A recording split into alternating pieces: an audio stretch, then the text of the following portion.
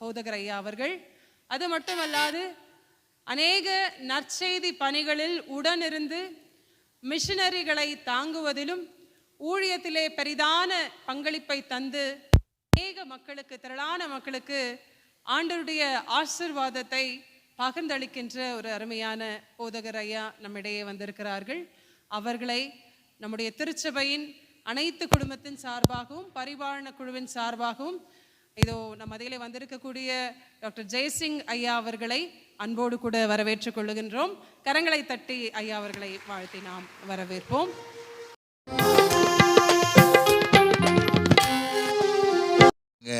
குருவான் ரொம்ப பலப்படுத்துங்க. ஆலய பொருளாளர், செயலாளர், கமிட்டி அங்கத்தில் ஒவ்வொரு குடும்பங்களையும் விசேஷமாக தனிப்பட்ட முறையில் ஆசிர்வதித்து காத்துக்கொள்ளுங்க. கிருபையின் கரம் கொடுக்கட்டும். அப்படியே மறைத்து வெளிப்படுங்க. வந்திருக்கிற மக்களுக்கு ஒரு ஆறுதலான வார்த்தையை தாங்க. நீங்கள் பேசுங்க. இயேசுவின் இனிய நாமத்தில் ஜெயங்கேட்டுதேன் நல்ல பிதாவே, ஆமென். ஹல்லேலூயா. உங்கள் எல்லாருக்கும் ரொம்ப நன்றி செலுத்துகிறேன். விசேஷமாக அம்மா சொன்னபடி நான் போதகர் இல்லை, நான் ஒரு வியாபாரி. ஆண்டவர் அறியாத ஒரு குடும்பத்தில், ஆண்டவர் அறிஞ்ச குடும்பத்தில் ஒரு வியாபாரியாக இருந்து கர்த்தர் நம்முடைய நடத்தின விதங்கள், ஒவ்வொரு இடத்திலும் பாதுகாத்த விதத்தை பார்த்தது. கடலுக்கு சாட்சியாக வளரணும், மகிமையாக வளரணும். இந்த உலகத்தில் ஒன்றும் கொண்டு வந்ததில்லை. இந்த உலகத்தை விட்டு கொண்டு போது எந்த மனுஷனை எதையும் எடுத்துகிட்டு போக முடியாது. அதை மாத்திரம் மனசில் வச்சு கடலுக்கு சாட்சியாக மகிமையாக ஒரு வாழ்க்கை, அந்த ஒரு வாழ்க்கை கடலுக்கு பிரயோஜனமான வாழ்க்கையாக வாழணும் அப்படிங்கிற ஒரு எண்ணத்தில் அதை வாழ்ந்ததுனால தான் ஒன்றுமில்லாமல் வாழ்ந்த என்ன ஆண்டு உயர்த்தி, குப்பையும் தூசியும் சாம்பலும் செத்த நாயிலும் கேவலம் வாழ்ந்த என்ன உயர்த்தி உங்கள் மத்தியில் கொண்டு வந்த கிருபையை நினைச்சு நான் கடவுளுக்கு நன்றி செலுத்துகிறேன். கர்த்தர் உங்களை விசேஷித்த கடவுள் வழிநடத்தி காத்துக்கொள்ளட்டும். தூரமான இடத்துல நீங்கள் ஒவ்வொரு பகுதியில் வாழ்ந்துருக்கலாம், ஒவ்வொரு பகுதியில் வாழ்ந்துக்கிட்டு இருக்கலாம். ஆனால் ஆண்டு உங்களுக்கு வழிநடத்த காத்து கொண்டு இருக்கிறார். வேதத்தில் வாசிக்கிறோம். ஆதியாகமம் 28:15 வாசிக்கும் போது யாக்கோபுக்கு ஆண்டவர் வாக்கு கொடுக்காரு. நான் உன்னோடு கூட இருந்து போகும் இடமெல்லாம் உன்னை காத்து இந்த தேசத்திற்கு நான் உன்னை திரும்பி வர பண்ணுவேன் அப்படின்னு ஆண்டவர் வாக்கு கொடுக்கார். எதுக்கு வாக்கு கொடுக்காருன்னா, யாக்கோபு ஒரு பாவப்பட்ட எப்படியோ வாழ்ந்தார். ஆனால் அப்படி ஒரு வாக்கு கொடுத்த உடனே யாக்கோபு இந்த வார்த்தையை கடவுள்கிட்ட பெருசாக வாங்கிட்டு சொல்கிறாரு, ஆண்டவரே நான் போகும் இடமெல்லாம் உன்னை காத்து என் தகப்பன் தேசத்துக்கு திரும்பி வர பண்ணுகிறான்னா என் சம்பாத்தியத்தெல்லாம் தசமாக கொடுக்கேன்னு சொல்லி வாக்கு கொடுத்தார். வாக்கு கொடுத்ததுனால ஆண்டவர் யாக்கோபை ஆசீர்வதித்தார். ஆசீர்வதித்தது மாத்திரமல்ல, இந்த பூமியில் வைக்க முடியாத அளவுக்கு, யாரும் பாரம் ஏற்ற முடியாத அளவுக்கு, பூமியை தாங்கக்கூடாத அளவுக்கு ஆண்டவர் யாக்கோபை ஆசீர்வதித்தார். அதுபோல் உங்களையும் ஆண்டவர் ஆசீர்வதிக்கணும். காரணம், நீங்கள் வாழ்கிற வாழ்க்கை ஒரு வாழ்க்கை தான். மனுஷன் எவ்வளோ தான் பணம் சம்பாரித்து வாழ்ந்தால் கூட சரி, மனதில் தேவை சமாதானம். சமாதானம் இல்லாமல் மனுஷன் வாழ முடியாது. பணத்தை வச்சு சாப்பிட முடியாது, படிப்பு வச்சு சாப்பிட முடியாது, ஐடி கம்பெனியில் வேலை பார்த்து பல கோடிகளை சம்பாதிச்சாலும் சாப்பிட முடியாது, வாழ முடியாது. ஆண்டோடைய அன்பு தான். வேதத்தில் வாசிக்கமில்லை, நீதிமொழிகள் 10:22 வாசிக்கும் போது கர்த்தரின் ஆசீர்வாதமே ஐஸ்வர்யத்தை தரும், வேதனையை கூட்டார். ஒரு வேதனை இல்லாத வாழ்க்கை வேணும்னு சொன்னால் ஆண்டோடைய அன்பு தான். ஆண்டோருக்கு அன்பு தான் நம்மளை வாழ்க்கை வாழ வைக்க முடியும். அந்த அன்புக்கு நம்ம பாத்திரங்களை வழங்கணும், சாட்சியுள்ள மக்களை வாழணும். இந்த உலகத்தில் வாழ்கிற வாழ்க்கை ஒரு வாழ்க்கை தான். இந்த ஒரு வாழ்க்கை தேவனுக்கு பிரியமான வாழ்க்கை, ஆண்டவர் வாழக்கூடிய வாழ்க்கை, ஆண்டவர் பிரியப்படுத்தக்கூடிய வாழ்க்கையாக வாழணுதை தான் ஆண்டவர் விரும்புகிறார். எவ்வளோ தான் வாழ்ந்தால் கூட சரி, ஒரு வாழ்க்கை தேவனுக்கு பிரியமில்லாத வாழ்க்கை வாழ்ந்து பிரயோஜனமே கிடையாது. வேதத்தில் வாசிக்கிறோம். யோவான் 21 வாசிக்கும் போது 15, 16, 17 வசனம் வாசிக்கும் போது ஆண்டவர் ஒரு மனுஷன் அழைக்கிறார். என்ன அழைக்கிறார்னா, பேதுரு அழைக்கிறார். வேதத்தில் வாசிக்கமில்லை, அவன் என்ன சொல்றாரு, யோனாவின் குமார் சீமோனே, இவர்களிலும் அதிகமாக என்னை நேசிக்கிறாயான்னு கேட்காரு. ஆண்டு சொல்றாரு, ஆண்டவரை நான் நேசிக்கிறேன் என்பதை நீ அறிவீருங்காரு. ஆனால் 2வது சொல்றாரு, யோனாவின் குமார் சீமோனே என்னை நேசிக்கிறாயான்னு கேட்குறாரு. நேசிக்கிறான்னு கேட்ட உடனே ஆண்டவர் நேசிக்கிறேன்னு சொல்லும்போது என் ஆடுகளை மேய்ப்பாயாக ஆண்டவர் சொல்றாரு. அந்த கார்த்தி முடித்த உடனே 3வது கேட்காரு, யோனாவின் குமார் சீமோனே என்னை நேசிக்கிறாயான்னு கேட்ட உடனே 3வது கேட்ட உடனே பேதுருவே அழுகிறார்ல, என்ன சொல்கிறாள், ஆண்டவரே நேசிக்கிறேன் நீர் அறிவீருங்க. ஆண்டவன் சொல்கிறாரு, என் ஆடுகளை மேய்ப்பான்னு சொல்லிட்டு உன்னை 7 வயது உள்ளவனாகும்போது வேறு ஒரு அறையை கட்டி உன் இஷ்டமில்லாத இடத்துக்கு கொண்டு போவான். நீ முதுகுவயல் ஆகும்போது வேறொரு அறையை கட்டுவான், இஷ்டமில்லாத இடத்துக்கு கொண்டு போவான்னு சொல்லி இன்ன விதமான மரணத்தால் மறிக்க போகிறான் என்பது ஆண்டவர் தெளிவோடு காட்டுறாரு. அதே போல கிபி கிறிஸ்துக்கு 62ஆம் வருஷத்துல பேதுரு எருசலேம் நுழைகிறாரு. எருசலேம் நுழையும் போது கலவரங்கள் நடந்துக்கிட்டு இருக்குது. உள்ளே போக முடியாத சூழ்நிலை. கலவரம் நடந்துக்கிட்டு இருக்கும்போது உள்ளே போக முடியல. ரத்தம் ஆறு ஓடிக்கிட்டு இருக்குது. காரணம் கேட்டால் ஆண்டவர் சிலுவையில் அறையும் போது ஜனங்களே என்ன சொன்னாங்க, இந்த பாவம் எங்கள் மேலேயும் எங்கள் பிள்ளை மேலேயும் எங்கள் சந்தேக மேலேயும் உள்ளட்டும் அப்படின்னு சொல்லி சாபத்தை வாங்கிக்கிட்டாங்க. தங்களுக்கு தாங்களே சாபத்தை வாங்கிட்டதுனால அந்த ராஜா என்ன பண்ணுறான், கொடூரமான முறையில் பிள்ளைகளெல்லாம் கொலை பண்ணுறான். கல்லில் மோதி அடித்து சாகடிச்சுக்கிட்டு இருக்கான். ரத்தம் ஓடிக்கிட்டு இருக்குது. இந்த காட்சியில் பேதுரு உள்ளே போகிறாரு. உள்ளே போகும்போது ஆண்டவர் சொல்ல, உள்ளே போகும்போது அவரால் உள்ளே போக முடியல. அப்படியே அடிபட்டு செத்து போகுமோன்னு சொல்லி அப்படியே ரிவர்ஸ் வாங்குறாரு. ரிவர்ஸ் வாங்கும்போது தான் ஆண்டவர் சிலுவை காட்சியை பார்க்காரு. ஆண்டவர் ரத்தம் சொட்ட சொட்ட சொட்ட ரத்தம் வடிஞ்சிக்கிட்டே இருக்குது. அவன் பேதுரு கேட்காரு, என்னப்பான்னு கேட்கும்போது, நீ என் சிலுவையை சுமக்க நீ வரல, நீ எருசலேமுக்கு நீ வரல, நீ தான் பின்வாங்கறல்ல, அதனால் நான் மீண்டும் சிலுவைக்கு நீ அறைய ஒப்பு கொடுக்கேன்னு சொன்னார். அதுக்கு பிறகு தான் பேதுரு சொன்னார், ஆண்டவரே நான் வாரேன், உமக்காக நான் வாழ்றையான்னு சொல்லி எருசலேம் நுழைஞ்சது மாத்திரமல்ல, அவர் தலைகீழாக சிலுவையில் அறைஞ்சாங்க. பேதுரு அறைஞ்சது தலைகீழாக அறைந்தார்கள். அப்படிப்பட்ட கொடூரமான மரணத்தினால ஆண்டவரை மகிமைப்படுத்தினான்னு சொல்லி வேதத்தில் வாசிக்கிறோம். இன்னைக்கு நம்ம ஏதோ சொகுசான வாழ்க்கை வாழ்ந்துக்கிட்டு இருக்கோம், எப்படியோ வாழ்ந்துக்கிட்டு இருக்கோம். நீ வாழ்கிற வாழ்க்கை தேவனுக்கு பிரியமான வாழ்க்கையாக இருக்கணும். தேவனை நழிநடத்தக்கூடிய வாழ்க்கையாக இருக்கணும். ஒரு ஆசீர்வாதமான வாழ்க்கையாக இருக்கணும். நீ கிறிஸ்தவங்க எந்த கஷ்டம் படுறதில்லை. ஏதோ வாழ்கிறங்க. கிறிஸ்தவங்க பேர் வாங்கினா போதும், கம்பெனின்னு வாங்கினா போதும், சந்தா கட்டினா போதும், அடையாளம் ஏதோ வாழ்க்கை வாழ்ந்தா போதும் நினைக்காங்களே ஒழிய ஆண்டோட ரத்தத்தால் கழுவப்பட்டு சாட்சியுள்ள வாழ்க்கை வாழணும், மகிமுள்ள வாழ்க்கை வாழக்கூடிய எண்ணம் உள்ள மக்கள் இன்னைக்கு நிறைய பேர் இல்லை. நிறைய பேர் ஏதோ வாழ்ந்துக்கிட்டு இருக்காங்க. கிறிஸ்தவங்க பேர் வாங்கிட்டு இருக்காங்க.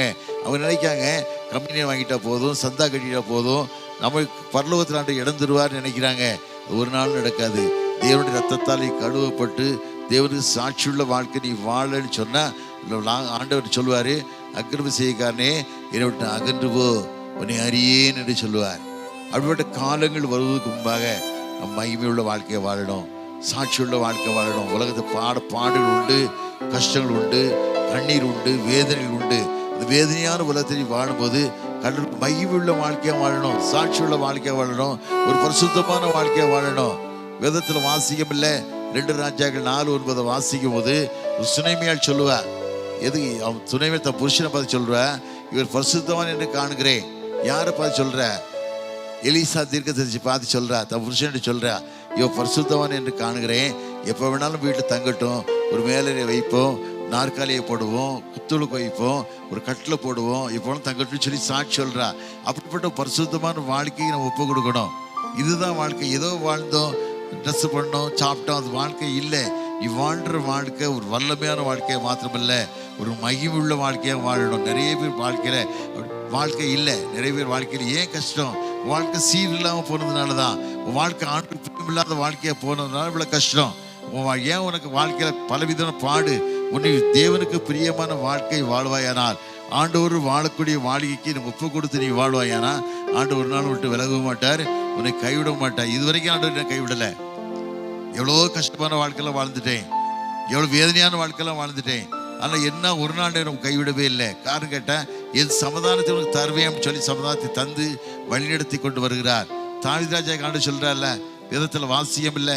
சங்கீதம் 16:8 எடுத்து வாசிக்கும் போது தாவீது ராஜா என்ன சொல்கிறாரு? கர்த்தரை எனக்கு எப்பொழுதும் முன்பாக நான் வைத்திருக்கிறேன், அவர் என்னை வலது பாசி இருக்கிறபடியா நான் அசைக்கப்பட முடியலன்னு சொல்கிறாரு. ஒரு அசைக்கப்பட முடியாத வாழ்க்கை வேணுமா?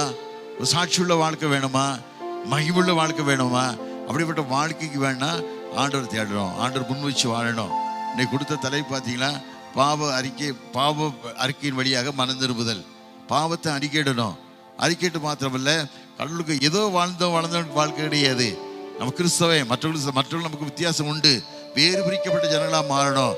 ரோட்டில் போகும்போது இதான் சொல்லணும், இவங்க கிறிஸ்தவங்க, எங்கள் வாயிலிருந்து நல்ல வார்த்தைகள் வரும், கடுமையான வார்த்தைகள் வரும், பொய் சொல்ல மாட்டாங்க, ஏமாற்ற மாட்டாங்கன்னு சொல்லக்கூடிய அளவுக்கு நீ சாட்சி பெறணும். இந்த கிறிஸ்தவ வாழ்க்கையில் அப்படி இல்லை. நிறைய பேர் வாழ்க்கையில் இல்லை. யார் மோசடி பண்ணுறா, யாரு தப்பு பண்ணுறான்னு சொன்னால் நிறைய பேர் வாழ்க்கையில் கிறிஸ்தவ வாழ்க்கை தான். 2 தினத்துக்கு முன்னாக திருநெல்வேலியிலேருந்து ஒரு அம்மா எனக்கு ஃபோன் பண்ணாங்க. ஃபோன் பண்ணி சொன்னாங்க, ஐயா நான் ஒரு மிஷனரி மகா, என் புருஷன் மிஷனரி, என் புருஷன் இறந்து போயிட்டாரு, எனக்கு 4 பிள்ளைகள், 3 பையங்க ஒரு பெண்ணு. ஒரு பையனுக்கு திருமணம் ஆயிடுச்சு, 2ஆவது பையனுக்கு திருமணம் ஆயிடுச்சு, 3ஆவது பையனுக்கு திருமணம் ஆக போகுது. இந்த நிலைமையில எனக்கு ஒரு மகள் இருக்கா ஐயா. திருமணமான மகனுக்கு திருமணம் பண்ணி கொஞ்ச நாட்கள்லே அந்த பெண்ணை வாழ விட மாட்டாங்க, வீட்டில் பெண் கொடுத்தவங்க வாழ விட மாட்டாங்கன்னு சொன்னாங்க. அவங்க என்ன செய்யறான்னு கேட்டேன். ஒரு ஆசிரியராக இருக்காங்க, ஒரு ஹெச்எம்மாக இருக்காங்க, ஒரு கேட்டகிஸ்டாக இருக்காங்க, சொந்தமாக ஊழியம் பண்ணுறாங்கன்னு கேட்டாங்க. என்ன ஊழியம் பண்ணுறாங்கன்னு கேட்டாங்க. இயேசுவின் மந்தைன்னு சொல்லி ஊழியத்தை பண்ணுறாங்கன்னாங்க. என்ன ஊழியம் பண்ணுறாங்கன்னு கேட்டேன். இயேசுவின் மந்தைன்னு சொல்லி பேர் வச்சு ஊழியம் பண்ணுறாங்க ஐயா. நிறைய அற்புத சாட்சி நடக்கிற கூட்டங்கள்லாம் நடத்துகிறாங்க, ஆனால் தான் பொண்ணை மட்டும் வாழ விட மாட்டாங்க அப்படின்னு சொன்னாங்க. எனக்கு ரொம்ப வேதனையாக போச்சு. ஒரு கிறிஸ்தவ குடும்பங்க, சாட்சியுள்ள குடும்பம், வாழ வேண்டிய மகளுக்கு இப்பேர் கிறிஸ்தவ இயேசுவின் மந்தைன்னு சொல்லி வைக்க வேதத்தில் வாசிக்கம் இல்லை. லூக்கா யோவான் 14:10 வாசிக்கும் போது திருடவும் கொல்லவும் அழிக்கவும் நான் வேறொன்றுக்கு வரா, நானும் ஜீவனுண்டாயிருக்கவும் பரிபூரணப்பட வந்தேன் ஆண்டு சொன்னல. நானே நல்ல மேய்ப்பன் ஆண்டுகளை ஜீவனை கொடுக்க ஆண்டு சொன்னல. நீ நல்ல மேய்ப்பனை வாழ்ந்து கொண்டு உன் பிள்ளையை நீ வாழ விடாமல் வாழ்ந்துக்கிட்டு என்ன ஊழியம், எப்படி ஊழியம் செய்ய முடியும், எப்படி சாட்சியுள்ள வாழ்க்கை வாழ முடியும்? என்ன சொல்றாங்கன்னா, மகளை பிரிச்சுட்டு என்ன சொல்றாங்க, ஒரே குடும்பம் சொல்றாங்களாம், இந்த வீட்டில் மாமியார் வரக்கூடாது, மாமியார் இந்த வீட்டுக்கு வரக்கூடாது, எல்லாத்தையும் துரத்திடணும். ஆனால் நாங்கள் போவோம் என் மக வீட்டுக்கு, நாங்கள் டென்ட் அடிச்சு அங்கேயே இருப்போம். ஆனால் மாமியார் வரக்கூடாது, யாரும் வரக்கூடாதுன்னு சொல்றாங்களா? என்ன அனுபவம் பாருங்க. இவங்களும் கிறிஸ்தவங்க. சாட்சி இன்னைக்கு கோர்ட்டுக்கு போனால் 95% கிறிஸ்தவர்கள் டைவர்ஸ் ஆகுது. ஏன்னா உண்மையான அன்பு இல்லை. அதையும் என்ன பண்ணியிருக்காங்க, போலீஸ் ஸ்டேஷன் ஒரு கம்ப்ளைண்ட் கொடுத்துருக்காங்க, டைவர்ஸ் கொடுமென்ட்டு 10 லட்சம் பணம் கேட்காங்க. நான் நிறைய இன்னும் நகை கொண்டு வான்னு சொல்லி மகளுக்கு சூடு போடுறாங்க. இவங்களாம் கிறிஸ்தவங்க. ஏன் கிறிஸ்தவன் நீ வாழ்ந்துக்கிட்டு பொய் சொல்லி வாழாத. ஒரு வாழ்க்கை வாழ்ந்தா உண்மையான வாழ்க்கை. இன்னும் ஒன்றும் கொண்டு போகிறது இல்லை. அழகா முன்வரிசையில் உட்காந்து ஆபிக்க முறையில் அனவுரைக்கு விட ஜெபம் பண்ற. ஆனால் வாழ்க்கை தேவனுக்கு பிரியமான வாழ்க்கை இருக்கா, உண்மையான வாழ்க்கை இருக்கா, சாட்சியுள்ள வாழ்க்கை இருக்காது. ஆனால் சாட்சியுள்ள வாழ்க்கை வாழவே கூடாது. சாட்சி இல்லாத வாழ்க்கை வாழ்ந்து புரோஜனமே இல்லை. சினிமையால் சொன்னல, புருஷன் என்ன சொன்னா, இவர் பரிசுத்தவான் காண்றேன், பரிசுத்தவான். அந்த சாட்சியுள்ள வாழ்க்கை உனக்கு இருக்கா, மகிமையில் உள்ள வாழ்க்கை இருக்கா? நம்ம அழுகையை பார்த்து எல்லாம் தாங்க முடியல. காரணம் எனக்கு சிறு வயசு தான் அவங்களுக்கு எல்லாரும் தெரியும். ஒரு எறும்பு சாகுதோட வாழ்க்கையில் நினைக்க மாட்டாங்க. ஆட்பட்ட குடும்பத்தை பிறந்த மிஷனரி மகா, ஏன் எனக்கு கொடுமைன்னு சொன்னாங்க. நான் அவட்ட ஒரே ஒரு வார்த்தை சொன்னேன், திருமணத்துக்கு ஒழுங்கு பண்ணியே அவன் கடவுள்கிட்ட கேட்டியா? ஆபிரகாம் மகன் ஈசாக்கு பொண்ணு பார்க்க போகும்போது எலியேசருக்கு எத்தனை கண்டிஷன் போட்டு அவன் பொண்ணு பார்க்க அனுப்புகிறான். ஆபிரகாம் என்னெல்லாமோ எலியேசர் என்னெல்லாமோ சொல்லி பார்க்கான். ஆனால் ஆபிரகாம் சொல்ல இப்படித்தான் கொண்டு வரணும், ஆண்டவர் ஆயத்தப்படுத்துவார். பொறுமைக்கு காத்திருந்தியா? ஆண்டவர் சமூகத்துக்கு காத்திருந்தியா? நிறைய பேர் காத்திருக்கிறது இல்லை. ஏதோ திருமணம் பண்ணோம், கல்யாணம் பண்ணிட்டோம், வாழ்ந்தோம், அது வாழ்க்கை இல்லை. ஆண்டவர் சமூகத்தை காத்திருந்து ஆண்டவர் சித்தப்படி நீங்கள் வாழ்க்கை செய்கிறீங்களா? எத்தனை நாள் பின் வாழ்க்கை யோசிக்கணும். தென்காசியில் ஒரு வீட்டுக்கு போயிருந்தேன், ஜோம் பண்ணுறதுக்காக போயிருந்தேன். ஜோம் பண்ணும்போது அந்த அம்மா வீட்டுக்கு போயிருந்தேன். அவங்க 2 பிள்ளைகள் பயங்கரமான முறையில் செல்வ செழிப்பாக வளர்ந்துருக்காங்க. புருஷன் அந்த அம்மாட்ட ரொம்ப அன்பாக இருக்காங்க. ரொம்ப அன்பாக இருந்து அந்த அம்மா பேபின்னு கூப்பிட்றாரு. எனக்கு ரொம்ப ஆசை, இந்த பேபின்னு ஒரு குழந்தை இருக்கும்னு கேட்டால் என் மனைவி அந்த அம்மா சொல்கிறாங்க, என்னத்தான் எங்கள் அப்பா வீட்டு எங்கள் அத்தான் அப்படி தான் கூடுவாங்க, நான் அப்பான்னு தான் கூடுவேன், அவங்கள பேபின்னு தான் கூடுவாங்கன்னு சொன்னேன். எதுக்கு கேட்டால் அது காரணம் என் தகப்பு தான் காரணம். என் தகப்பை திருமணம் பண்ணுறதுக்கு முன்னால் 1 மாதம் உட்காந்து ஜெபம் பண்ணார். 1 மாதமாக ஜெபம் பண்ணி என் மகளுடைய திருமணம் நடக்க போகுது, ஆண்டவர் சித்தம் எப்படி ஐயா, ஒரு காரியம் எப்படி ஐயான்னு சொல்லி 1 மாதம் ஜெபம் பண்ணாங்க.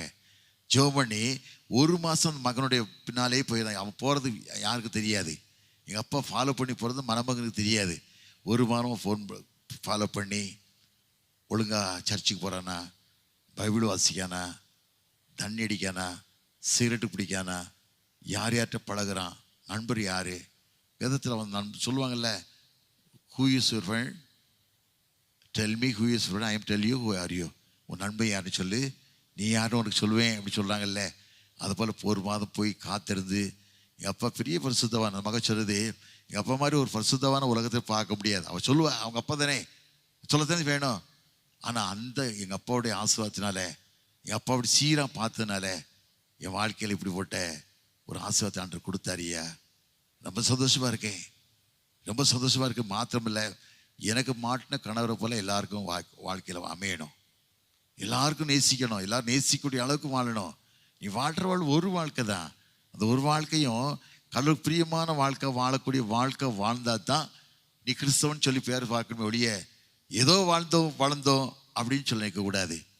அவன் அந்த அம்மா சொல்லி அழுதாங்க. என்ன சொன்னேன், ஒரு காரியம் தவறிட்டீங்க, ஆண்டவர் சொல்றது கேட்டிருக்கணும். ஆண்டவர் சித்தமா ஐயா, நீ சித்தம் வச்சிருக்கீங்களா, திருமணம் பண்ணலாமா, நீங்கள் என்ன சொல்கிறீங்க?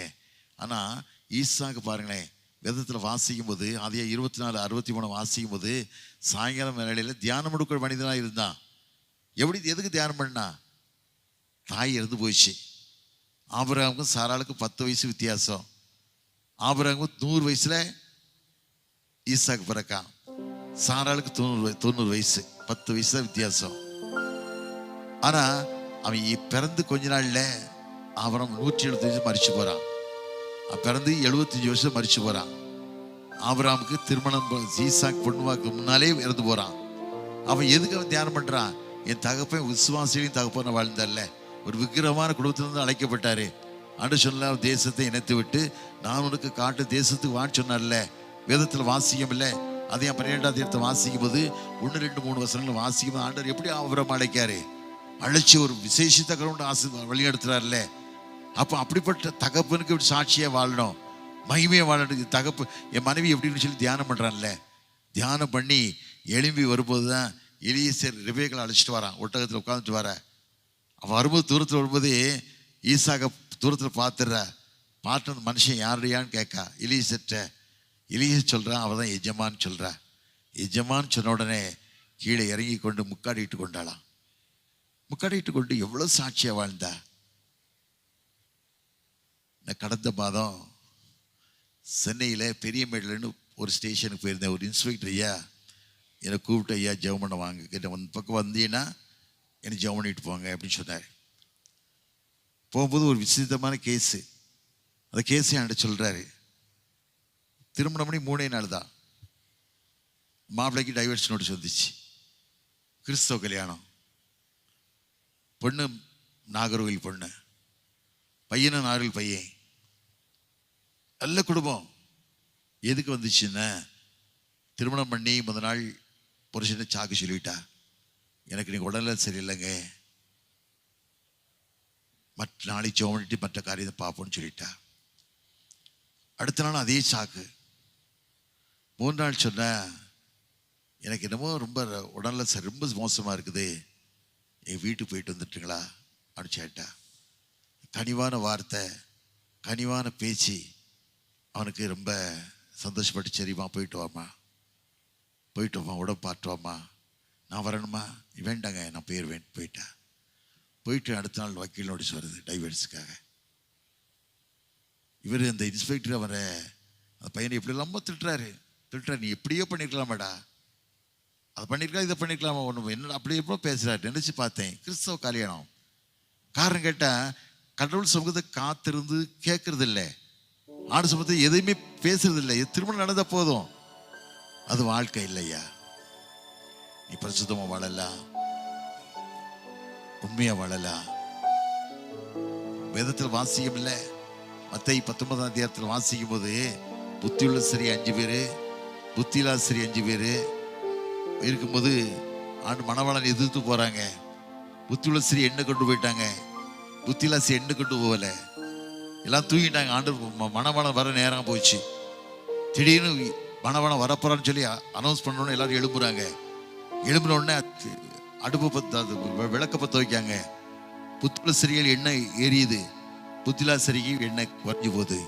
உடனே எண்ணெய் கேட்குங்க, இல்லைப்பா உங்களுக்கு எனக்கு போகாமல் இருக்காது, போதாமல் இருக்கக்கூடாது, நீ அதை விற்கிறவங்கிட்ட போய் வாங்கிட்டு வான்னு சொல்லி அனுப்பிடுறாங்க. போகிறதுக்குள்ளே மணவாளன் வந்துடுறாரு. ஆண்டவர் சொல்றாரு, எப்படி இல்லாமல் கதவு தட்டுறாங்க. ஆண்டவரே அப்படி வாழ்ந்தோம் இப்படி வாழ் கதை தட்டுறாங்க. ஆண்டவர் சொல்றாரு, அக்கிரம் செய்ய கரையை விட்டு அகன்று போ, உன்னை அறியேன்னு சொன்னார்ல. நிறைய இருமாப்பான வாழ்க்கை, ஏதோ வளர்ந்தோம். அப்படி வாழ்க்கை இல்லை. பணம் காப்பாத்தாது, நகை காப்பாத்தாது. ஆண்டவருடைய அன்பு தான் உன்னை காப்பாற்ற முடியும். ஆண்டவர் வாழ்க்கையை எனக்கு ஒப்பு கொடுத்து நீ வாழும் போதுதான் மருமகள் ஒரு சிறந்த மருமகள் ஆண்டவரை கொண்டு வருவாரு. ஒரு ஈசாக்கு ரெபேக்காளை எப்படி கொண்டு வந்தாரு, எவ்வளவு ஆயத்தம் பண்ணி கொண்டு வந்தாரு. அது மாதிரி ஆயத்தம் பண்ணி கொண்டு வர, நீ ஆயத்தப்படுத்தி காத்திருக்கிறது இல்லை. ஆயத்தப்படுத்தி காத்திருந்து ஆண்டு சம்பந்தத்தை கண்ணீர் விட்டு அழுறது இல்லை. இன்னைக்கு அழுது என்ன பிரயோஜனம்? நீ பரிசுத்தமா இருக்கலாம், உண்மையா வாழ்ந்துருக்கலாம், மிஷினரி மகளா வாழ்ந்துருக்கலாம். ஆனா உன் வாழ்க்கை சீராம போனதுனா எவ்வளவு கஷ்டம். ஏன்னா வாழக்கூடிய காலம் கொஞ்ச காலம்தான். கடைசி காலத்தை வந்துட்டோம். ஒரு மனுஷனுடைய ஆயுஷனுக்கு 70 வருஷம்தான். வேதத்தில் சங்கீதம் 90:10 வாசிக்கும் போது ஒரு மனுஷனுடைய ஆயுஷ் நாட்கள் 70 வருஷம்தான். பலத்தின் மீதியாக 80 வருஷம் இருந்தாலும் பாடுவேன் தான். பாடுள்ள உலகத்தில் வாழ்கிற நாம், உன் கண்களுக்கு முன்னே பிள்ளைகள் செழிப்பாக இருந்தாலும் வாழ்க்கை நல்லா இருக்கும். எவ்வளோ தான் ஜெபம் பண்ணா இருந்தால் கூட சரி, எவ்வளோ ஆண்டு சுமந்து காத்திருந்தாலும் சரி, வேதத்தில் வாசிக்கம் இல்லை. சங்கீத திருமணத்தில் அழகாக வாசிக்காங்க. ஆண்டோடைய குருவானுடைய சோலை கையில் சுற்றி சங்கீதம் 128 வாசிக்காங்க. என்ன வாசிக்காங்க? கர்த்தருக்கு பயந்து வழி நடக்கவன் பாக்கியவான், உன் கைகளில் பிரயாசத்தை சாப்பிடுவாய், உனக்கு பாக்கியம் நன்மை உண்டாயிருக்கும். உன் மனைவி வீட்டோரும் கனிதரும் திராட்சை செடியை போலும், பிள்ளைகள் பந்திய சுற்றிலும் ஒளிவுமுறை கன்றுகளை போலும் இருப்பார்கள். இதோ கர்த்தருக்கு பயப்படுற மனுஷன் இவ்விதமாய் ஆஸ்வதிக்கப்படுவான். கர்த்தர் சீர்ந்து ஆஸ்வதிப்பார். நீ ஜீவன நாளெல்லாம் எருசலேமின் வாழ்வினை காண்பாய். நீ உன் பிள்ளைகளையும் எருசலேமின் சமாதானத்தையும் காண்பான்னு சொல்லி அழகாக வாசிக்காங்கல்ல. அப்படி வாழ்கிறோமா? அப்படி வாழ்க்கையை நம்ம ஒப்பு கொடுக்கோமா? காரணம் கேட்டால் நம்ம கடவுள் மேலே உள்ள பற்று அன்பு இல்லாமல் போகிறதுனால தான். ராயனுக்கும் தேவனுக்கு நிறைய பேர் செலுத்துறது இல்லை. மற்ற காரியத்திலும் அழகாக செலுத்துவாங்க. கடவுளுக்கு கொடுக்கும்போது மட்டும் அவங்களுக்கு ரொம்ப கஷ்டமாக நினைப்பாங்க. கடவுளுக்கு கொடுக்கவா? இருக்க நோட்டை பழைய நோட்டை பார்த்து, பிஞ்சுவன் நோட்டை பார்த்து, ஆகாத நோட்டை பார்த்து எடுக்க மக்கள் நிறைய பேர் இருக்காங்க. காணிக்கப்படும் விஷயத்தில் கொடுத்து பாரு. வேதத்தில் வாசிக்கும் இல்லை. மல்லிகை 3:10 வாசிக்கும் போது, என் ஆலயத்தில் ஆகாரம் உண்டாயிருப்பதற்கு உன் தசமாதனை கொண்டு வந்து பண்டசாலில் போடு, அவள் வானத்தின் பலகைகளை திறந்து இடங்கொள்ளாமல் போக மட்டும் உன்னை ஆசிர்வதியாமல் இருப்பேனோன்னு சோதித்து பாரான்னு சொல்கிறார்ல. பொய் சொல்ல மனிதனால மனபுத்திரம் இல்லை. அகிலத்து உலகத்தை படைத்த தெய்வனுக்கு கஷ்டமா? உலகத்தை உருவாக்குற தெய்வம் அவர் தான். அவருக்கு எதுக்கு தேவை? உன் இருதயம் எப்படிப்பட்ட இருதயமா இருக்கு பாரு. உன் இருதயம் தேவனுக்கு பிரியமான இருதயமா இருக்கா? ஒரு சாட்சியுள்ள இருதயமா இருக்கா? இன்னைக்கு நிறைய குடும்பங்கள் ஏன் கஷ்டம்? நிறைய கடவுளுக்கு பிரியமான வாழ்க்கை வாழ்றதில்லை. வஞ்சகமான வாழ்க்கை, நல்ல எண்ணங்கள் இல்லை, நல்ல உண்மையா ஜெபம் பண்ணக்கூடிய வாழ்க்கை இல்லை. ஆண்டவர் சபை காத்திருக்கக்கூடிய எண்ணங்கள் இல்லாத மனுஷனை வாழ்ந்துக்கிட்டு இருக்கான்.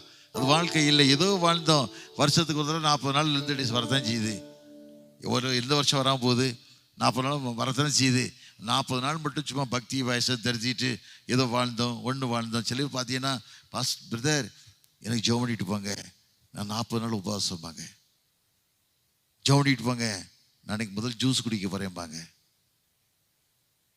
ஆனால் வீட்டு வாடகை கொடுக்கறது இல்லை, கரண்ட் பில் கொடுத்துட்டு ஏமாத்துறது, மீட்டரை தூக்கி தலையில மாத்துறது. எவ்வளோ தப்பு பண்ணுறான் ஊழியக்காரன் சொல்லிக்கிட்டு. கேவலமான வாழ்க்கை இல்லை. உண்மை இல்லாத வாழ்க்கை வாழவே கூடாது. ஏன்னா வேதத்தில் வாசியம் இல்லை. நீதிமொழிகள் 28:20 வாசிக்கும் போது, உண்மையுள்ள மனுஷன் பரிபூரணமான ஆசீர்வாதத்தை பெறுவார், ஐஸ்வர்யனாக தீவிக்கிறனோ ஆக்கணைக்கு தப்பா. ஆனால் நீ வாழ்ற வாழ்க்கை தேவனுக்கு பிரியமான வாழ்க்கை. நடந்து போகும்போது தேவனுக்கு பிரியமான நடையா இருக்கணும். ஆண்டவர் பார்ப்பார்ல, உனக்கு என்ன தேவைன்னு ஆண்டுக்கு தெரியவில்லை, உனக்கு என்ன தேவைன்னு ஆண்டுக்கு தெரியல. ஈசாக்கு எப்படிப்பட்ட வாழ்க்கை வாழ்ந்து 40 வயசுல திருமணம் பண்ணி 20 வருஷம் குழந்தை இல்லை. இன்னைக்கு 20 வருஷம் குழந்தை இல்லைன்னு நம்ம நிலைமை என்ன? எப்படியோ வாழ்ந்துருவோம்ல, தப்பா ஆகிடுவோம்ல. 20 வருஷம் ஆண்டு சமூகத்தை காத்திருந்து ரெட்டிப்பான நன்மை பெற்று, யாக்கோபு ஏசா 2 பிள்ளைகளை பெற்று எடுத்து, வேதத்தில் வாசிக்கும் இல்லை. ஆதியாம் 26:12 வாசிக்கும் போது, ஈசாக்கு தேசத்திலே விதை விதைத்தான், கர்த்தர்வனை ஆசீர்வதித்தபடினால 100 மடங்கு பலன் பெற்றான். பலன் ஏன் பெற்றான்? கடவுளுக்கு பிரியமான வாழ்க்கை வாழ்ந்தான், தேவனுக்கு சாட்சியுள்ள வாழ்க்கையை வாழ்ந்தான், மகிமை செலுத்தக்கூடிய மகனா வாழ்ந்தான். அப்படி வாழ்றோமா? மகிமை செலுத்தக்கூடிய மகனா வாழ்றோமா? சாட்சியுள்ள வாழ்க்கை வாழ்றோமா? அந்த ஆண்டு விரும்புகிறார். சாட்சியுள்ள வாழ்க்கை வாழ்ந்து புரோஜனம் எல்லாம் வாழ்ந்து புரோஜனமே கிடையாது. வருஷத்துக்கு 40 நாள் வரத்தான் செய்யுது, ஏன் இல்லைன்னு சொல்லலை. குட் ஃப்ரைடே வருது, ஈஸ்டர் வருது, உயிர் திறந்த பண்டிகை வருது, எல்லா பண்டிகையும் கொண்டாடுறோம், எல்லாம் செய்கிறோம். ஆனால் ஒரு 40 நாள் வாழ்க்கையில் மாற்றம் என்ன? நீ 40 நாள் புசியாமல் குடியாமல் காத்து சில பேர் 40 நாள் சாப்பிடவே மாட்டாங்க. நிறைய பேர் இருக்காங்க, தண்ணி தவிர வேற எதுவும் குடிக்க மாட்டாங்க. மோசே அதோடு குடிக்கல. மோசே சீனாய் மலையில 40 நாள் புசியாமல் குடியாமல் இருந்தான்ல. 40 நாள் 2 தடவை இருந்தான். ஒரு நாளைக்கு 24 மணி நேரம். இருந்த நாட்கள் 1960 மணி நேரம் இருந்திருக்கார் மோசே. முகத்தை பார்த்தீங்கன்னா அவ்வளவு பிரகாசமா இருந்தது, யாரும் பார்க்க முடியல. வேதத்தில் வாசிக்கும் இல்லை, யாத்திரா 33:11 வாசிக்கும் போது ஒரு சிநேகரோட பேசும்போது கர்த்தர் மோசோடு முகமுகமாய் பேசினார்ல. அவன் இருதயம் தேவனுக்கு பிரியமான இருதயமாக இருந்தது இல்லை, ஒரு சாட்சியுள்ள இருதயமாக இருந்தது இல்லை, தேவனை மையப்படுத்தக்கூடிய இருதயமாக இருந்தது இல்லை. வாழ்ந்த வாழ்க்கை தேவனுக்கு பிரியமான வாழ்க்கை இருந்தது இல்லை. ஆண்டவரே சாட்சி கொடுத்தார்ல. வேதத்தில் வாசிக்கும் போது எண்ணாம 12:7 எடுத்து வாசிக்கும் போது என் தாசனாய் மோசே அப்படிப்பட்டவன் அல்ல, என் வீட்டில் எங்க உண்மையுள்ளவனாய் இருந்தான். வேதத்தில் வாசிக்கிறோம். உண்மையுள்ள மனுஷனா வாழ்ந்தான்ல, மகிமை செலுத்தக்கூடிய மகனாய் வாழ்ந்தான்ல. பாருங்க, அந்த இடத்துக்கு நான் போயிருக்கும் போது உடம்பே புல்லரிச்சுது. நான் குடும்பம் போயிருந்தோம், 3 முறை போயிருக்கேன். அந்த இடத்துக்கு போறோன்னு சீனாய் மலை ஏறி கஷ்டப்பட்டு ஏறோன்னு மகிமை பிரசன்னத்தை பார்க்கணும், யாரும் நிக்க முடியல, அவ்வளவு மகிமை.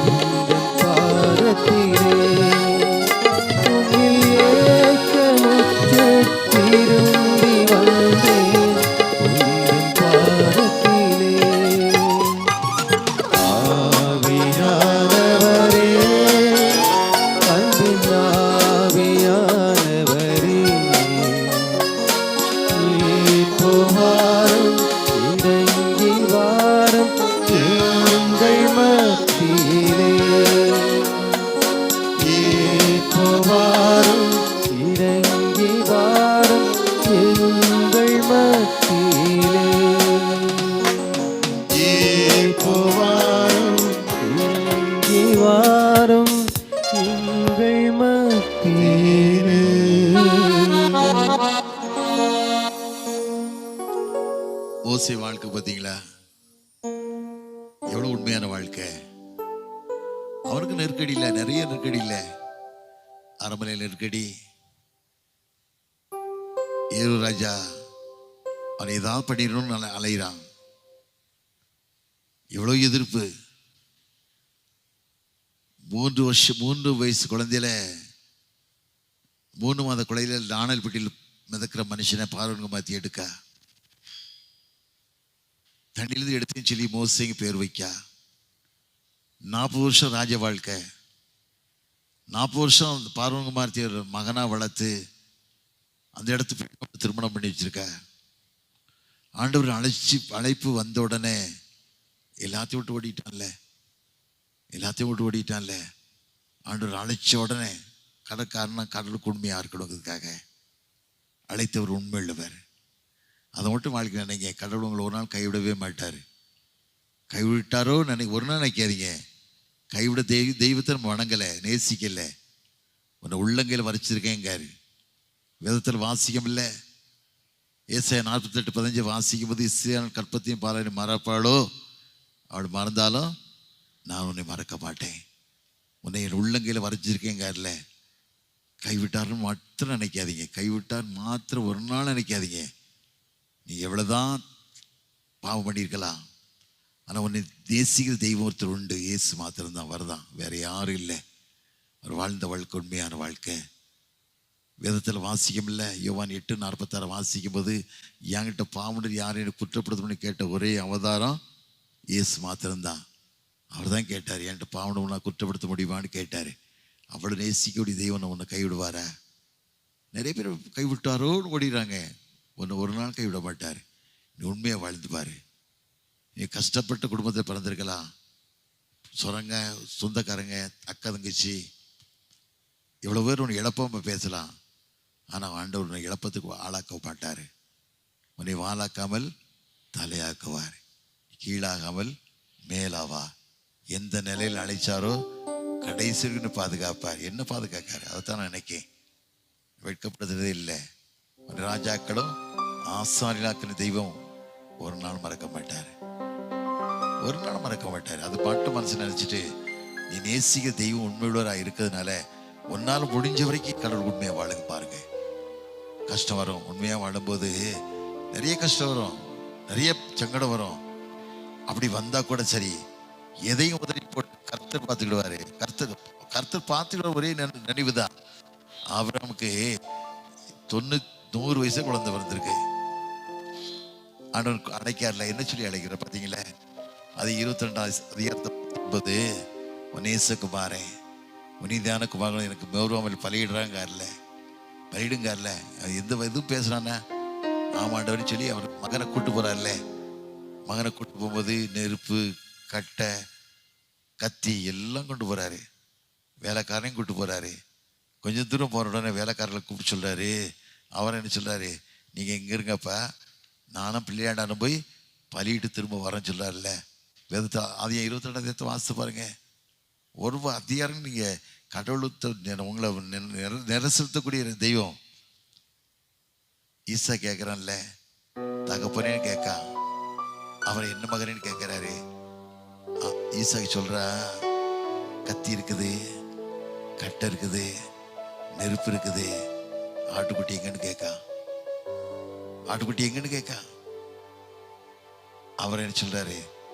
தேவனுடைய பருவத்தில் பார்த்து கொள்ளப்படும் யெகோவாவே, அதே போல உங்களுக்கு என்ன தேவைங்கிறது அவருக்கு தான் தெரியும். குடும்பத்துக்கு என்ன கஷ்டம், உன் வாழ்க்கை என்ன செய்யணும், பிள்ளைக்கு என்ன செய்யணும், பிள்ளை நாளைக்கு எக்ஸாம் எழுத போற, அவன் தலையில் கை வச்சு ஜெபம் பண்ணி ஆண்டவர் அபிஷேகித்து அனுப்புறேன். குதிரை இத்தனாளுக்கு ஆயத்தமாக்கப்படும், ஜெயமோ கர்த்தர் ஆண்டதும் ஜெயத்தை தரப்போறாரு. நீயே ஜெயத்தை தரப்போற, ஆண்டதும் ஜெயத்தை தரப்போறாரு. ஜெபம் பண்ணி அனுப்பிப்பாரு. மகளுக்கு திருமணமா, ஜெபம் பண்ண ஆண்டவரை கேளு, ஆண்டவரே ஒரு மணமகனை தரப்போறீங்க, பிரியமான மகனா, நேசிக்கக்கூடிய மகனா, சாட்சியுள்ள மகனா, மகிமை செலுத்தக்கூடிய மகனா வளரணும் அப்படின்னு ஜெபம் பண்ணிப்பாரு. அப்படிப்பட்ட மகனை ஆண்டு கொண்டு நிறுத்துவார். நிறைய யோசிக்கிறதில்லை. யோசிக்காம ரொம்ப வருத்தப்படுது. ஐயோ விசாரிக்கிட்ட விட்டுட்டேனே, கேட்காம விட்டுட்டேனே. இதை ஏன் யோசிக்க? நீ ஆண்டோட கேளு. உன்னை நேசிக்க தெய்வம் ஒருத்தர் உண்டு. நாசில சுவாசம் உள்ள மனுஷன் எண்ணாத, எண்ண பிறகு ஏமாத்திரம். இன்னைக்கு புரோக்கர்ஸ் பேசிட்டு போயிடுவான். 2% 3% காசுக்காக, உன்ட்ட பணத்துக்காக. அந்த மாதிரி மாப்பிள்ளை கோடு போட்டால் தாண்ட மாட்டார், வட்டம் போட்டால் உள்ளே வர மாட்டார், பணத்து போடுவான். அவனுக்கு தேவை கமிஷனு. ஆனால் உனக்கு கமிஷன் உள்ள ஆண்டவர் நேசிக்கல, உண்மையான ஆண்டவர் நேசிக்கல. உண்மையாக உன்னை நடத்தக்கூடிய தெய்வம் உண்மையுள்ள தெய்வத்தை நடத்துறல்ல. நான் உன்ட்டு விலகவும் இல்லை, உன்னை கைவிடவும் மாட்டேன். மோசையோடு போல உன்னோடு கூட இருப்பேங்கார்ல. யோசுவாக்கு அப்பதானே வாக்கு கொடுத்தாரு. யோசுவாக்கு என்ன சொன்ன? அவனை விட்டு விலகவும் இல்லை, உன்னை கைவிடுவதுன்னு சாண்டு சொன்னார்ல. அம்மா சொன்னாங்க, முன்னாள் லேசாகிட்டின்னாரு. இன்னைக்கு நான் லேசாகிட்டு தான் திருநெல்வேலியில. அந்த பவரை எடுத்துக்கிறது இல்லை. ஏன்னு கேட்டீங்கன்னா, ஆள்றோம் ஆளட்டும். எழுப்பிடுறது கடைசியில் வாசிக்கவில்லை. அநியாயம் செய்யட்டும், அக்கிரம் செய்யட்டும், பரிசுத்தமாக இருக்கட்டும். இதோ நான் சீக்கிரம் வரேன், என் கூட என்னோட எல்லாத்தையும் கொண்டு வரேன் சொல்றாருல்ல. இன்னைக்கு உண்மை உள்ளவங்க உண்மை உள்ளவருக்கு எந்த குறையும் இல்லை. யாரும் ஒன்றும் அசைக்க முடியாது. யாருடைய காசுக்கு நம்ம ஆசைப்படக்கூடாது. பவுல் என்ன சொல்றாரு? வேதத்தில் வாசிக்கும் போது, அப்போஸ்தலர் 20:34 வாசிக்கும் போது, எனக்கும் என் கூட இருந்தவங்களுக்கு என் சொந்த கிளி வேலை செய்துங்காரு.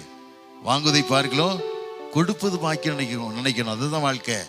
திருச்சியில் உட்காந்துட்டா, செக்ரட்டரியா உட்காந்துட்டா, துட்டு எவ்வளோன்னு எடுத்து போகலாமா? எவ்வளோ சாப்பாடு எடுத்து பிரியாணி வாங்கி சாப்பிடலாமா? அதை ஆண்டு விரும்புகிறவன தொடக்கூடாது. நீ சேர்த்து வைக்க தான் ஆண்டுக்கு பிறகு ஒன்றும் இல்லை. நீ வாழ்ற வாழ்க்கை உண்மையான வாழ்க்கையை வாழணும். மோசே அவ்வளோ உண்மையாக வாழ்ந்தா. ஏதோ சம்பவம் நடந்து போச்சு, தப்பு நடந்து போச்சு, திருமணம் பண்ணிட்டான், போயிட்டான். அதை குற்றம் சாட்டினாங்கல்ல மிரியாமும் ஆரோன் அண்ணே, மிரியாம் தக்கா என்ன சொன்னாங்க? எரிச்சல் தான். சொந்த வீட்டுக்குள்ள பார்த்தா எரிச்சல் உண்டு. வேற யாரும் எரிச்சல், சொந்த வீட்டில் தான் எரிச்சல் வரும், வேற எங்கேயும் எரிச்சல் வராது. சொந்த வீட்டில் தான் எரிச்சல் படுவாங்க. அண்ணன் தம்பி அக்கா தான் எரிச்சல் படுவாங்க. என்ன சொன்னாங்க? ஆண்டவர் மோசையிட்ட தான் பேசுனாரா, எங்கிட்டலாம் பேசுறியா அப்படி என்ன கேட்டாங்க? 12 எடுத்து வாசித்து பாருங்க. ஆண்டவர் கூப்பிட்றாருல, மோசையும் ஆரோன் கூப்பிட்றாருல. 12:7 என்ன சொல்றாரு? என் தாசனாகி மோசையோ அப்படி விட நல்ல என் வீட்டில் எங்கும் உண்மையுள்ளவனாக இருந்தான், உண்மையுள்ள மனுஷனா வாழ்ந்தான். மோசை எதை குறித்து கவலைப்படல. காரணம் கேட்டா, உண்மையான நீ வாழ்க்கை வாழும்போது எனக்கெல்லாம் நம்பிக்கை என்ன ஒன்று தெரியுமா? யோசுவா 1:5 வாசிக்கும் போது, பூமியில உயிரோடு இருக்க நாளெல்லாம் ஒருத்தருக்கு எதிர்த்து வைக்க முடியாதுன்னு சொல்லிட்டாரு. எனக்கு கேட்ட நீ உண்மையை வாழுதான். ஆனா என்ன கேட்ட, நீ சுத்தமா வாழு. இன்னும் உன்ட்ட களையப்பட வேண்டிய காரியம் நிறைய இருக்குது, தீமையான காரியம் உள்ளத்துல நிறைய இருக்குது. களைஞ்சு போடு தேவனுக்கு பிரியமான வாழ்க்கை வாழு, உண்மையாய் வாழு. ஆண்டவர் கேட்கறதுக்கு அதுதான். இன்னும் ஆயினும் வார்த்தைகள் உண்மையான வார்த்தையா இருக்கணும்.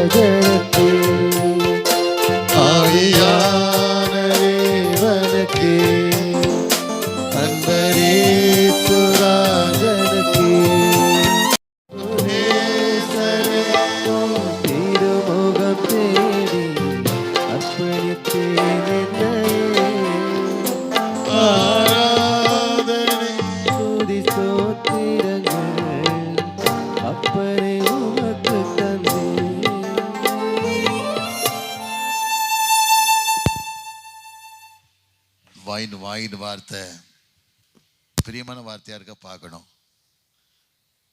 பிரியமில்ல வார்த்தை இருந்தா தூக்கி உத்தர போடணும். ஒண்ணுமே இல்லை. கடைசி வாழ்க்கை நம்ம தான் வாழ்க்கை. கொஞ்ச நாள் தான் வாழ போறோம்.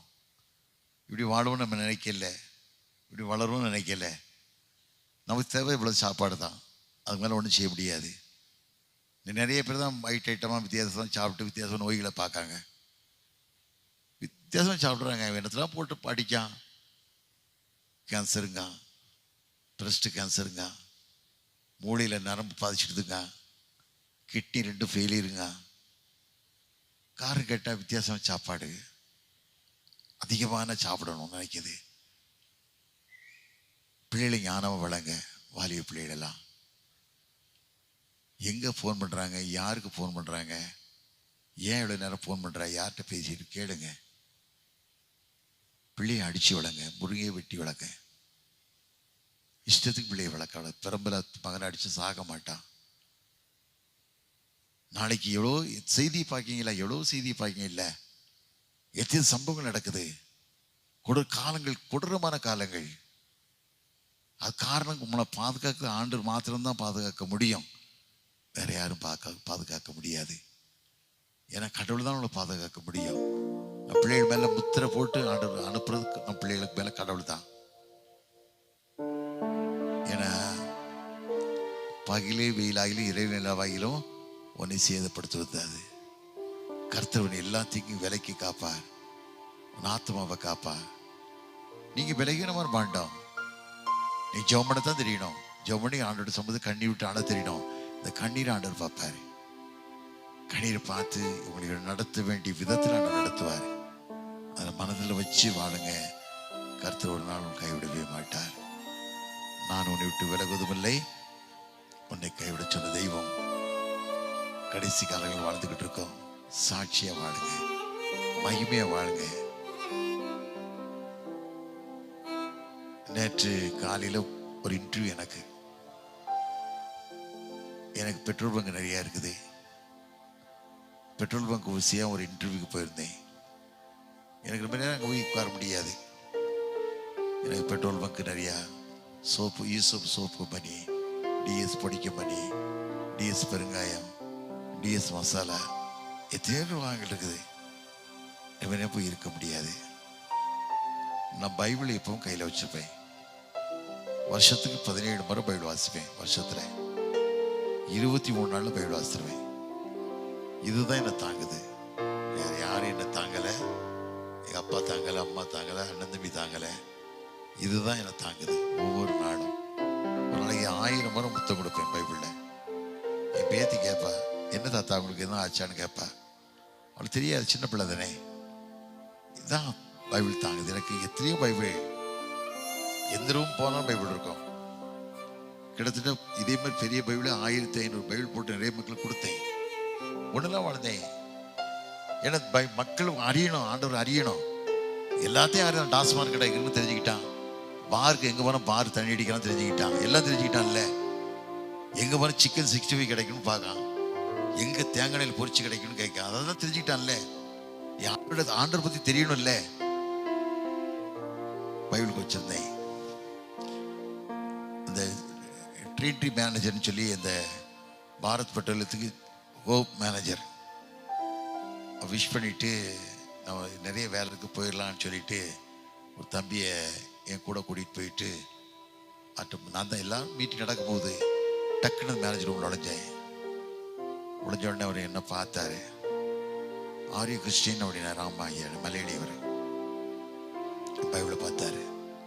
பைபிள் என்னாரு. ஆமாண்ணே. நிறைய காரியங்களை அவர்கிட்ட பேசினேன். எனக்கு நிறைய டைம் கொடுத்தாரு. அவரும் கிறிஸ்டியன், பேர் ஜார்ஜி. அவனே அவர் கரத்தை பிடிச்சி ஜெபம் பண்ணேன். கரத்தை பிடிச்சி ஜெபம் பண்ணி எங்க இருந்தாலும் உண்மையை வாழுங்க. கொடுத்த பணியை உண்மையை செய்யுங்க. ஒரு சாட்சியை மகிமையை செலுத்துங்க. யோசேப்பு 17 வருஷம் அடிமையை போனான். யோசேப்பு 13 வருஷம் அடிமையை வாழ்க்கையை வாழ்ந்தான். 30 வயசு ராஜாங்கத்தில் ஆயிட்டான்ல, பிரதம மந்திரி ஆயிட்டான்ல, தேசத்துக்கு அதிபதி ஆயிட்டான்ல. அதை ஆண்டவர்களை மாற்றுவார் சொல்லிட்டு ஒரு 5 நிமிஷம் ஜெபம் பண்ணேன். அப்படியே அவர் ஆனந்த கண்ணீர் வடிச்சாரு. வடிச்சு எல்லாமே எனக்கு கொடுத்தாரு. ட்ரிங்க்ஸ் அது இதுன்னு கொடுத்தாரு. அவளை சந்தோஷம் பார்த்தது ரொம்ப சந்தோஷம். அடிக்கடி வாங்க சொல்லி அனுப்பிட்டாரு. என் பையனை விட்டுட்டு போயிடுறேன் ஏன்னு சொன்னேன். ரொம்ப சந்தோஷம் சொன்னார். சாயந்தரம் 5 மணிக்கு பையனுக்கு ஃபோன் பண்ணுறான். மேனேஜர் என்ன பார்த்தாரு, சந்தோஷப்பட்டாரு. அவர் பெரிய ப்ராஜெக்ட் ஒன்று பண்ணுறாரா, நிறைய தடைகளாம். நீங்கள் ஜெபம் பண்ணி அவர் சிலுவை போட்ட உடனே அந்த தடைகள்லாம் போயிடுச்சான். பயங்கரமாக சந்தோஷப்பட்டார் ஐயா அப்படின்னு சொன்னேன். ரொம்ப சந்தோஷமாக இருந்துச்சு. காரணம் கேட்டால் நான் முன்னாலும் சரி யார் போகிறா, ஆண்டவர் போகிறாரு. தடை நீக்கிறவர் ரொம்ப கடந்து போகிற விதத்தில் வாசிக்கம் இல்லை. அதே போல் உங்களுக்கு என்ன தடைகளில் ஆண்டவர் மாற்றுவார், என்ன கஷ்டங்களில் ஆண்டவர் மாற்றுவார், மாற்ற போகிறார். சரிதானே? காணிக்கெல்லாம் கையில் எடுத்துக்கிடுங்க. ஒரு பாட்டு பாடுறேன், காணிக்கை எடுக்க போகிறாங்க. டைம் ஆயிடுச்சுல்ல, காணிக்கெல்லாம் எடுத்துக்கிடுங்க. இவங்க பிரியமாக கொடுங்க. நீங்கள் கடவுள் கொடுக்குறது அவருக்கு தெரியும். நீங்கள் பிரியமாக கடவுளுக்கு என்ன செய்யணும், அவர் உங்களுக்கு என்ன செய்ய போகிறாரு. வேதத்தில் வாசிக்கம் இல்லை. லூக்கா 21:4 வாசிக்கும் போது எல்லாரும் காணிக்க போட்டாங்க. 7 தாய் தன் 2 காசு தான் இருந்துச்சு, வேற ஒன்றுமே கிடையாது. 2 காசு எடுத்து போட்டா. ஆண்டவர் என்ன சொன்னாரு, மற்ற எல்லாரையும் விட 7 தாய் போட்ட காசு தான் பெருசுன்னு சொன்ன உலகம் முழு சொல்லப்பட்டது இல்லை. அதை போல் நீங்க போடுற மனம் முழு இதயத்தோட ஆண்டவரின் குடும்பங்கள் உமக்கு பிரியமா இருக்கணும். முழு இதயத்தோட காரியத்தை செய்கிறேன். ஆண்டவரே உன் மாத்திரம் வங்கிப்பட சொல்லி கேட்பீங்களா? கர்த்தர் ஆஸ்வதிக்க போகிறார், வழிநடத்த போகிறார். ஜெபணுவா. அருளாதர் நாமமதில் ஒரு மனமாய் உருகி தொழுகின்ற நேரமெல்லாம் எழும்பிடுவார் நடுவில். தகப்பனே, மாலை வேளைக்கான சமூகத்தின் நன்றி ராஜா. பேதுரு சொன்னீங்கப்பா, என்னை நேசிக்கிறாயா, என்னை நேசிக்கிறாயா, என்னை நேசிக்க கேட்டீங்கப்பா. நேசிக்கிறேன்னு சொல்லி கதறி எழுதானப்பா. என் ஆண்டுகளை மேய்ப்பாய சொன்ன தெய்வம் கடைசி கட்டளை கொடுத்தீங்கப்பா. அந்த கட்டளை படி தரையிலை மறித்தானப்பா. என் சாட்சி உண்மையான சாட்சியாக இருக்க, உண்மையான வாழ்க்கையை இருக்க கிருபை தாங்க. பிள்ளைகள் கொடுத்த காணிக்கை விசேஷித்த கரங்கொண்டு வழிநடத்தி காத்துக்கொள்ளுங்க. 60-100 பலன் கொடுங்கப்பா. சரீரத்தில் உள்ள நோய்கள் பலவீனங்கள் எல்லாம் மறந்து போகட்டும் அப்பா. ஆண்டவர் விசேஷித்த கரங்கொண்டு நான் உன்னை விடுவித்தேன், விடுவிக்கப்படுவாய் சொன்ன வார்த்தையின்படி தரித்திரங்கள் மாறட்டும், கஷ்டங்கள் மாறட்டும், கண்ணீர்கள் மாறட்டும், குடும்பத்தை எத்தனையோ விதமான வேதனைகள் அப்பா, எல்லா வேதனைகளும் மாற்றட்டும். எல்லா காரியத்தையும் விடுதலை கொடுத்து காத்துக்கொள்ளுங்க. மீதியான காரியத்தை பொறுப்படுத்திக் கொள்ளுங்க. குருவார் மகளை விசேஷித்த கண்ணு வழி நடத்துங்க. இயேசு நீ நாமத்தில் ஜெயிக்கிற நல்ல பிதாவே, ஆமென். ஹல்லேலூயா.